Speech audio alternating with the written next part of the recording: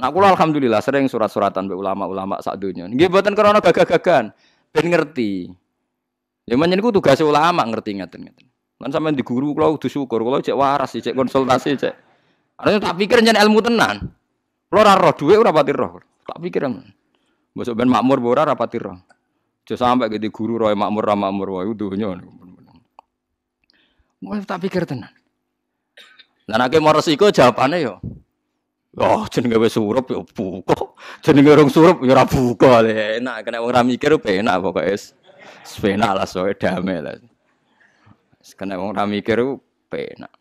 Tapi sekarang tuh nyata loh, kasus itu nyata. Orang yang terbang dari sekarang kan orang banyak umroh pas musim nopo? Ramadan kan? Itu kalau terbang dari Jakarta jam 1, terbang 10 jam di sana tetap belum maghrib. Padahal umpamanya Jakarta 5 jam lagi maghrib. Berarti pasane pirang jam, rolas ditambah. Wah, 16 ya. Yo aku hati. Sampeyan aja takok lho, cara jenengan seputi kok senengane kok numpang liwat. Yo ora. Yo pikir dhewe. Senengane ora urun. Senengane kok gak urun. Maksudnya dijak mikir betapa abote dadi ulama maksudnya.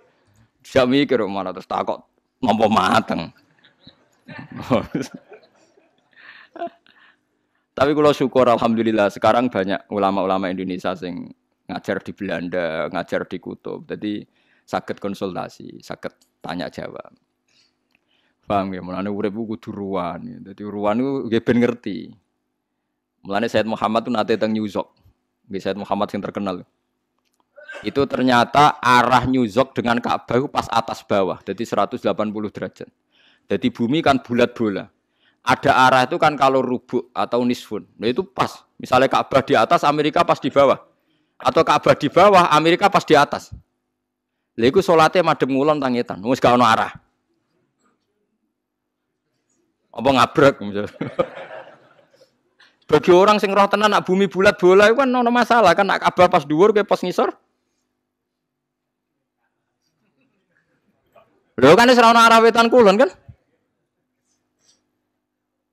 Lah itu pernah dibicarakan oleh Said Muhammad zaman Sugeng. Milih madhep ngetan opo ngulon. Karena tidak ada arah kan dalam konteks segitu kan. Tidak ada arah. Saat ini jadi masalah. Lah anak ngoten niku udah anut konsensus.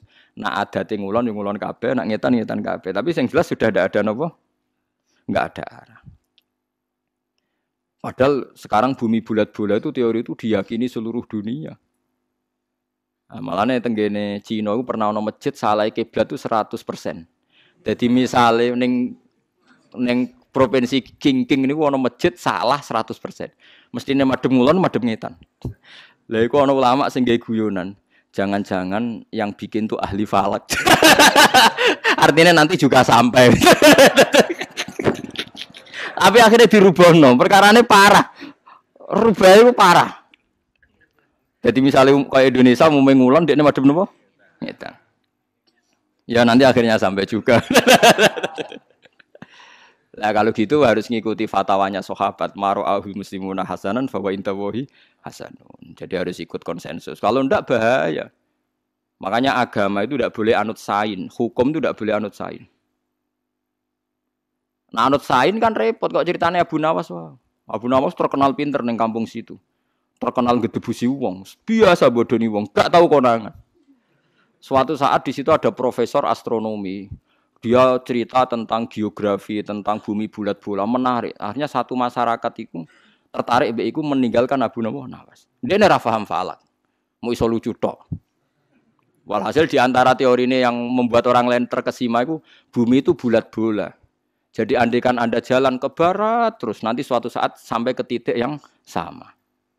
Wah, eling-eling benar. Walhasil suatu saat si Profesor Falaku kemalingan. Kemalingan mlayu ngene mlayu ngulon. Njuk tulung Abu Nawas. Bedakno maling, lari kemana? Ke barat. Abu Nawas mlayu ngetan.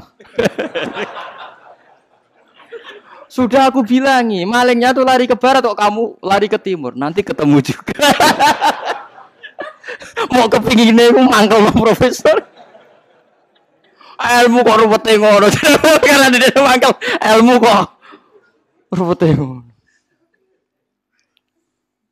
Lah coba bayangkan kalau misalnya kiblat kita pakai teori itu kan dalam konteks Indonesia kayak madhep ngulon mbek madhep ngetan kan sama. Wah, itu kan ngerusak agama. Lagi pentingnya ilmu itu gak iso ngalahno hukum. Ya ilmu ora iso ngalahno napa? Hukum. Kula bersaksi ning ngarepe Allah Subhanahu wa taala, nak ilmu iku dienggo rusak agama. Tapi hukum tanpa ilmu ya goblok. Lha iku hebate Rasulullah sallallahu alaihi wasallam. Suatu saat itu ada perzinaan sing jelas perzinaan. Jadi Hilal bin Umayyah wa fi riwayatin Uwaimir di bojo nakal. Dikne roh tenan nak bojone dikeloni wong liya. Sing ngeloni jenenge Syarik bin Sahma. Iki kula terpaksa nyebut jenenge wong wis kliwat ae. Ada ning hadis yang disebut, mari etika ilmu hadis harus sebut. Pokoknya tersangkane Syarik bin Sahma. Walhasil akhirnya Hilal matur ya Rasulullah bojo kula niku. Pertama dekne takoki ngongkon tiyang, ya Rasulullah bagaimana andekan ada seorang lelaki roh sing wedok dikeloni wong liya terus piye? Nabi pakai standar hukum, al-bayyinah wa illa khudda ala dzahri. Kamu harus pakai saksi, kalau ndak kamu tetap tak had qadzaf, nuduh orang zina. Ya Rasulullah ku nyata kok kan sempat bantah wonge. Ya Rasulullah kula ngundang papat sedeng bar. Padha wae ora ono seksine. Ya ora, pokoknya gak roh kabeh ya tak had. Ya sudah akhirnya keputusannya kalau enggak ada saksi 4 sing roh langsung enggak bisa diterima. Sudah. Wong iku mulai Nabi ne wong akeh ya. Nabi ne wong akeh ngendikan lucu. Sahabat-sahabat itu ngendikan ngene. Kulo aja apal lafate, sebagian riwayat lafate ngeten. Iku kok delok anake wae. Ya saiki wis meneng ae jeng delok anake wae. Ingka nak akhalal ainen, nak mripate iku akhalal ainen. Pokoke mripate apik ganteng. Akhmasas sakon. Wentise ngene, sakon niku napa cara mriki? Gares niku nggih. Terus khot lajas sakon. Pokoke Nabi ngendikan beberapa kriteria akhalal ainen. Terus beberapa ngendikan bokonge ngene. Sampai Nabi nyebut beberapa kriteria 3 jelas. Bentuke alis, bentuke bokong, bentuke sakon. Detail. Nak ngono tenan fawali Syarik bin Sahma, berarti anake demenane, anake pilih. Tapi nak ra ngono ya anake Hilal jadinya. Saya pernah ditanya ketika rame-ramenya dulu di Mahkamah Konstitusi, itu kan ada seorang pejabat itu terkenalnya punya will entah dinikahan entah enggak. Walhasil si pejabat tadi mati, terus willnya ini berhak waris apa enggak karena anaknya mirip si pejabat tadi. Nah, tapi keluarga pejabat ini tidak mau ngaku. Lah itu waris enggak gitu. Padahal bukti nikah enggak ada. Walhasil itu rame di Jakarta. Akhirnya kiai-kiai Jakarta sebagian terprovokasi pakai DNA. Kalau terbukti ya waris, kalau enggak. Nah, itu menurut saya tidak bisa. Asal enggak ada bukti nikah tetap dia ada anak yang sah. Tapi Nabi enggak anti ilmu. Lha iku hebate Rasulullah sallallahu alaihi wasallam. Jadi hukum be ilmu iku benten. Kalau balen malih hukum be ilmu niku secara sains kalau bentuknya begitu, secara DNA begitu itu meyakinkan anaknya si A. Tapi itu tidak bisa merubah hukum. Itu hebatnya Rasulullah, yang ngendikan hukum, tapi yang ngendikan ilmu. Paham ya? Itu Rasulullah, yang ngendikan hukum, yang ngendikan apa? Ilmu. Tapi kita kan nggak secerdas Rasulullah, malah ngendikan hukum saja. Misalnya sholat, yang nganggo hukum, buat orang Indonesia itu kudu madhep ngulon, titik. Karena kayak nganggo ilmu. Bedanya apa tuh madhep ngulon mbek ngetan? Nanti kan ke titik sama. Wah, ya kacau. Jadi hukum harus fauqal ilmi, hukum harus di atas napa? Ilmu.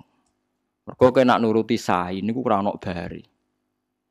Nggih, napa ora ono bari. Jadi iki pentinge ngaji, terus kowe aja geman muni sithik-sithik dalil qala Allahu taala wa fil hadis sahih. Masalah iku makna sing salah iku napa? Makna. Mulane wau terus akhirnya muridé bareng muni. Pokoknya cara aku ora mungkin, bareng muni cara aku itu langsung muni alhamdulillah perdebatan ini selesai. Jadi ternyata dekne mau bantah mergo gurune sithik-sithik qala Allahu taala. Lha wis mari muridé ra trimo. Pangeran udah dicangking-cangking. Mulane kula nak jenengan pokrol bodoni mboten kula lurusno sing kan ra wajib iman.